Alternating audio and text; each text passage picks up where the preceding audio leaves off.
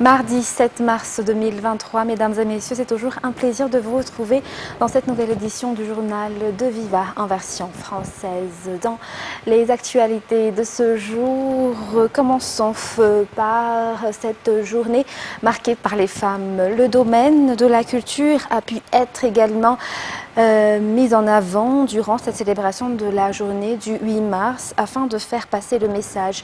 Ce matin, les femmes menées par la première dame de la République, Meal Razouine, et les femmes membres du gouvernement se sont donné rendez-vous pour une marche suivie d'une visite de l'exposition des œuvres artistiques au jardin d'Amozatouv. D'autres actions ont été également tenues comme un Alamas Nalamaïnti à travers des slams et des théâtres. Reportage de Mervoula Tsfera et Nebraz Denilson.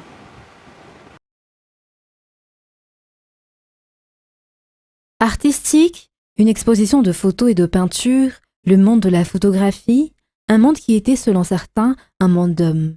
Il a été prouvé que les femmes ont leur place dans ce monde artistique et leurs œuvres peuvent rivaliser avec celles des hommes. Dans le cadre de la célébration du 8 mars, le talent des femmes sont mis en avant. Parallèlement, les créations ont été à l'honneur ici, au jardin d'Amozatouv. Des créations comme celle d'Issy Rakout et de Sandra Rose, qui sont connues dans le monde de la mode, car l'on sait que la mode et les femmes sont indissociables. Cet après-midi, les messages ont été transmis à travers des représentations théâtrales et des slams au stade de verdure d'Analamaïti. Des messages pour les jeunes à travers l'événement TIAR. Ce sont les groupes de théâtre du lycée Gigi Rabierville qui ont porté des messages pour sensibiliser les jeunes filles à s'éduquer selon le thème de ce 8 mars, une fille éduquée, une femme autonome, garant du développement durable. Ce matin, les femmes ont également effectué une marche pour montrer leur solidarité. Une marche menée par la première dame, Meal Razouine, avec les femmes membres du gouvernement depuis le gymnase d'Ankoronjan vers le stade Al-Arbi où a eu lieu le Zumba.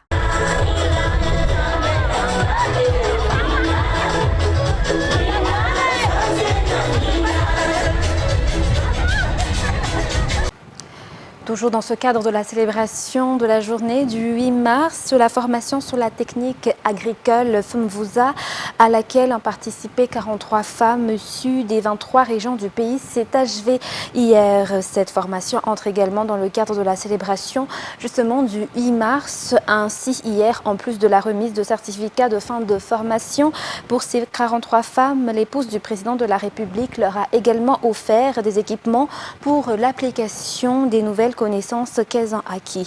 Toujours un reportage de Mervoula Tsfera sur les images d'Erira Slofarmanan. Le Fumvuza est une nouvelle technique agricole pour le peuple malagasy, s'il y a déjà plus de 5 millions d'agriculteurs africains qui le pratiquent, notamment le Zimbabwe, le Libéria et le Rwanda. Le gouvernement malagasy a d'ailleurs envoyé 30 jeunes au Zimbabwe au mois de février dernier pour suivre une formation d'une semaine concernant ces techniques agricoles. Ce sont donc ces derniers qui ont transmis à leur tour les connaissances qu'ils ont acquises durant cette formation au Zimbabwe à ces 43 femmes. Et durant ces 6 jours de formation, elles ont également acquis de nouvelles connaissances qu'elles peuvent appliquer et transmettre à leurs pairs une fois de retour dans leur région d'origine. Ces femmes ont été spécifiquement choisies pour suivre cette formation du fait qu'elles sont les piliers de la relance de la production et de l'agriculture à Madagascar, alors qu'elles sont toujours exclues de la société, selon Arfid Ramilson, ministre de l'Agriculture et de l'Élevage. La technique d'agriculture Fumvuza est classée agroécologique, ce qui signifie qu'elle améliore le rendement des agriculteurs et protège l'environnement. En plus de l'objectif de rendre les femmes autonomes et indépendantes, cette formation agricole est très importante, a déclaré l'épouse du président de la République et aussi présidente de l'association FITI, Meal Razouine, car l'accompagnement des agriculteurs est la garantie de la réalisation du Vélrin pour l'autosuffisance alimentaire et la lutte contre la malnutrition. Cette formation de ces 43 femmes n'est qu'une première étape, car elles vont sensibiliser et transmettre cette technique agricole dans leur région d'origine, du fait qu'elles ont également reçu une formation de formateurs. Et dans la page politique de ce soir, le Haut Conseil pour la défense de la démocratie et l'état de droit, ou HCDDED, n'a pas les compétences et les attributions pour demander un empêchement du président de la République. De plus, cette requête ne relève pas de la Haute Cour constitutionnelle, mais de la Haute Cour de justice, a affirmé aujourd'hui Christine Razanamasso, présidente de l'Assemblée nationale, concernant la motion de censure du gouvernement initiée par les députés. Cela dépend de la relation entre l'exécutif et le législatif, mais jusqu'à présent, cela ne figure pas à l'ordre du jour de la prochaine session, souligne la présidente de cette institution. Reportage sur les images de Zahra Djensou. Le Haut Conseil pour la défense de la démocratie et de l'état de droit a initié une requête relative à l'empêchement définitif du président de la République de Madagascar et a saisi la Haute Cour constitutionnelle pour cela. Pourtant, selon la présidente de l'Assemblée nationale, cette structure n'a ni les attributions ni les compétences pour déposer une telle requête. De plus, un empêchement définitif d'un président de la République ne se fait pas au niveau de la Haute Cour constitutionnelle, mais au niveau de la Haute Cour de justice. Cela ne relève pas du pouvoir de la HCC, souligne Christine Razanamasso. Je suis sceptique concernant l'aboutissement de cette requête, ajoute-t-elle devant la presse aujourd'hui. Concernant la tentative de motion de censure du gouvernement initiée par les députés durant la dernière session parlementaire, la présidente de la Chambre des parlementaires affirme que cela dépend de la relation entre le gouvernement et les députés, mais pour l'instant, les parlementaires de la Chambre basse ne pensent pas refaire cette tentative, même s'ils affirment que le bureau permanent n'a pas le pouvoir d'empêcher cela. Et jusqu'à aujourd'hui, cette motion de censure ne figure pas à l'ordre du jour de l'Assemblée nationale, selon la présidente de cette institution aujourd'hui. Il est à rappeler que la première session ordinaire du Parlement pour cette année se tiendra au mois de mai. L'Assemblée nationale est actuellement en pleine préparation de cette prochaine session, d'après les explications. Et concernant l'évolution du climat à Madagascar, la forte tempête tropicale Freddy s'éloigne progressivement des côtes de l'île à 16 heures locales. Elles étaient situées à 205 km à l'ouest de Touliar et elles continuent toujours son trajet vers le nord-ouest selon Météo Madagascar. Cependant, en raison de la force des vents qui l'accompagnent en tant que forte tempête tropicale, les conditions météorologiques en mer resteront toujours dégradées, notamment le long des côtes du centre-ouest, du sud-ouest et du sud-est, de sorte que les usagers maritimes ne doivent pas encore reprendre leurs activités selon toujours le service de la météorologie. Les détails avec Oubi Rassamanan. Bien que le cyclone Freddy s'éloigne peu à peu des côtes de l'île, les vents qui l'accompagnent s'avèrent toujours très forts et affectent toujours le temps qu'il fait, notamment dans la partie sud et sud-ouest du pays, selon Météo Madagascar. Vers 16 heures, le de Freddy se trouvait à 205 km à l'ouest de Touliar, avec une vitesse de déplacement de 9 km par heure. Le vent moyen est estimé à 130 km par heure avec des rafales locales de 180 km par heure. Elle se déplace vers le nord-ouest et selon toujours Météo Madagascar, Freddy est proche d'atteindre à nouveau le stade de cyclone tropical. En outre, les conditions météorologiques en mer le long des côtes ouest, sud-ouest et sud resteront dégradées. Les avis d'alerte restent encore inchangés. Alerte rouge ou danger imminent pour les districts de Murumbe, Touliara 1 et 2 et Betiouk. Alerte jaune ou menace pour les districts d'Ankazouab, Sakara, Beninch et Impani. Alerte verte ou avertissement pour Murundav, Mans et Beluutirbine. De même, les usagers maritimes entre Bessalimp et Cap-Sainte-Marie, puis Cap-Sainte-Marie et Vingainjan ne doivent pas sortir en mer jusqu'à ce que tout danger soit écarté, annonce Météo Madagascar. Toujours dans cette page sociale, 38 000 personnes ont pu bénéficier des services de santé gratuits octroyés à travers l'opération caravane médicale Sarbidniek, ici à Nalamanga, durant ces 8 jours. La santé de la mère et de l'enfant, la cardiologie, l'ophtalmologie, la dentisterie ont été les offres sanitaires qui ont eu le plus de visites en général. Cette opération caravane médicale organisée par l'association FITI, menée par la première dame Mel Radzuel, avec le ministère de la Santé publique et les partenaires Sarbidniek se poursuit aujourd'hui et demain. Reportage d'Aniana Martina et Zahra Djensou. C'est sur le grand parking du Palais des Sports et de la Culture Mamas que s'est tenue aujourd'hui pour le 4e arrondissement l'opération caravane médicale Sarbidniek organisée par l'association FITI de la première dame Mel Radzuel avec le ministère de la Santé publique et les partenaires. La population de cet arrondissement a pu bénéficier depuis ce matin des services de santé gratuits. Depuis 4 heures du matin, bon nombre de personnes ont déjà fait la queue. Environ 10 000 personnes ont été prises en charge aujourd'hui. Ici, par exemple, c'était le service de dentisterie qui a connu le plus d'affluence. Ce genre d'opération soulage le quotidien de la population en matière de services sanitaires. Chacun est conscient que la santé dentaire est importante, mais beaucoup n'ont pas les moyens de se faire soigner, raison pour laquelle cela est souvent négligé. Aujourd'hui, leurs souhaits ont pu être exaucés car ces personnes ont pu bénéficier des soins dentaires comme les prothèses, l'extraction des dents, mais aussi de simples consultations. Outre les consultations dentaires, d'autres spécialités ont également offert des consultations, des dépistages et divers examens comme l'échographie et la radiologie. Cette opération caravane médicale, initiée par l'association Fiti de la première dame Mel Razouel avec le ministère de la Santé publique et les partenaires, se poursuivra demain. Cela fait 8 jours qu'elle a sillonné les districts de la périphérie et les arrondissements de la capitale. 38 000 personnes sont venues se faire soigner gratuitement selon les informations. À noter que cette opération caravane médicale s'inscrit dans le cadre de la célébration de la Journée internationale des droits de la femme. Et beaucoup de jeunes malagasy veulent étudier à l'étranger, mais ils n'en ont pas les moyens. De plus, la préparation de divers documents nécessaires est également difficile. Il existe toutefois des bourses octroyées par le gouvernement, mais ce n'est pas tout le monde qui peut en bénéficier. Des critères sont requis pour que les jeunes puissent continuer leur études à l'étranger. À cet effet, pour aider le gouvernement dans cet octroi de bourse d'études, une université privée de la capitale a octroyé une bourse à hauteur de 62 millions d'ariars pour 50 étudiants. Reportage d'Oubra Samanan et Yves Janel. Il existe déjà depuis un certain temps une entraide entre certaines universités privées et le gouvernement malagasy qui cherche tous les moyens pour appuyer les jeunes qui veulent poursuivre leurs études à l'étranger, selon un responsable auprès d'une université privée. De nombreux jeunes ont déjà obtenu des bourses de la part du gouvernement, mais ce n'est pas tout le monde qui peut en bénéficier. Il existe des critères de sélection. Et en guise d'entraide avec le gouvernement malagasy dans l'octroi de bourses à des jeunes malagasy, une université privée de la capitale a offert une bourse à hauteur de 62 millions d'ariars pour 50 étudiants. La candidature de ces étudiants a été validée par le comité d'octroi de bourse après une stricte sélection de dossiers tenant compte de leur niveau académique, de plusieurs critères sociaux et de leur engagement auprès de l'Institut selon les explications. Aussi, pour cette année académique, 34 étudiants recevront une bourse d'études et 16 étudiants recevront une bourse d'excellence. Toujours selon les explications, cette initiative a été lancée par la Direction générale pour soutenir les efforts des étudiants et pour les encourager à aller jusqu'au bout de leur choix.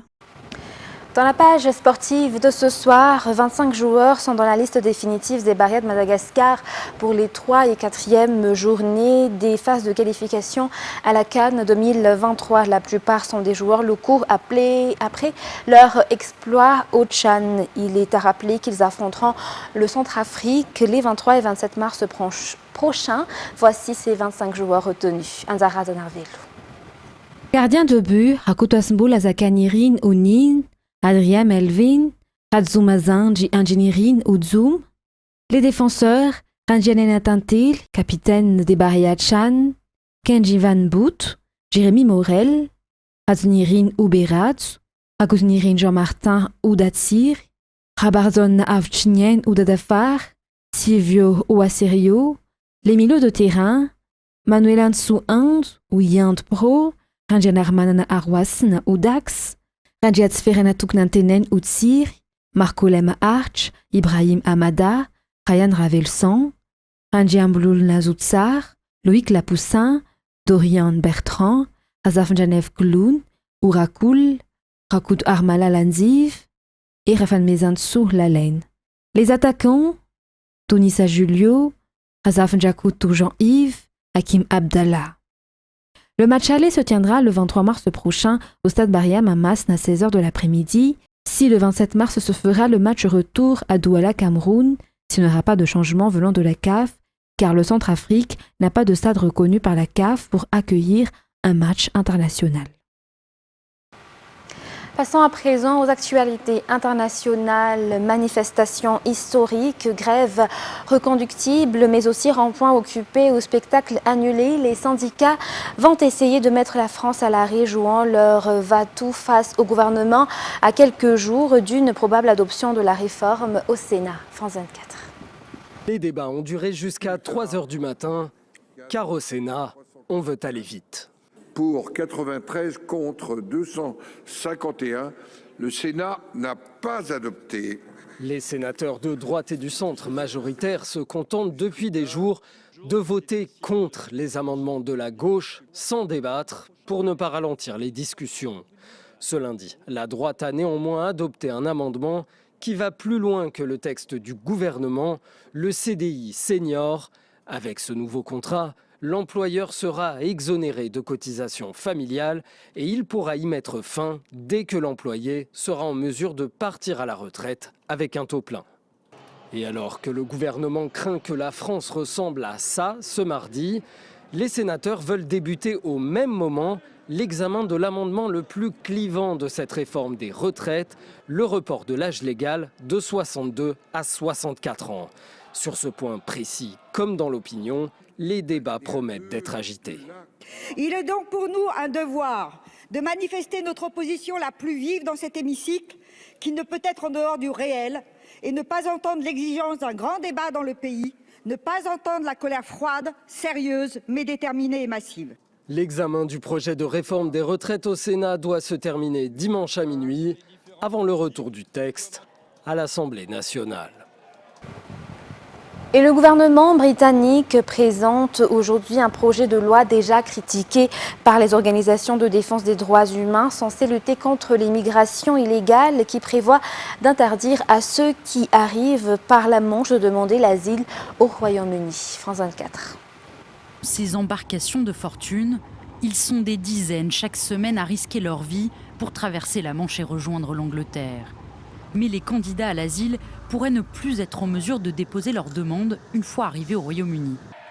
Rishi Sunak va présenter mardi un nouveau projet de loi qui prévoit entre autres de placer en détention et d'expulser les demandeurs d'asile dans les jours qui suivent chaque arrivée illégale. Le gouvernement compte ensuite les renvoyer vers le Rwanda en vertu d'une loi déjà votée mais qui n'a jamais été appliquée, notamment parce qu'elle a fait l'objet d'un recours en justice. Toute arrivée clandestine mènerait ainsi à une interdiction définitive de séjourner au Royaume-Uni. Le projet de loi a fait bondir les défenseurs des droits humains. En termes de faisabilité, le projet de loi ne semble pas très probable. Nos avocats nous disent que la partie sur la détention pourrait même être illégale. Au cours des 10 dernières années, notre gouvernement a mené une politique dissuasive et ça n'a eu aucun impact sur le nombre de personnes traversant la Manche. Alors pourquoi cela changerait maintenant ? Londres a pourtant signé un accord avec Paris en novembre 2022, s'engageant à verser 72 millions d'euros à la France, qui en contrepartie a augmenté de 40% les forces de sécurité sur les plages d'où partent les migrants. Malgré ces mesures, un nouveau record a été atteint en 2022. 45 000 personnes sont arrivées au Royaume-Uni en traversant la Manche et 31 y ont trouvé la mort. Après un Brexit qui promet de reprendre le contrôle des frontières, arrêter les embarcations de migrants était l'une des 5 priorités affichées par Rishi Sunak quand il a été élu Premier ministre. Le sujet devrait être à l'ordre du jour lors du sommet bilatéral avec son homologue français Emmanuel Macron, qui aura lieu à Paris ce vendredi.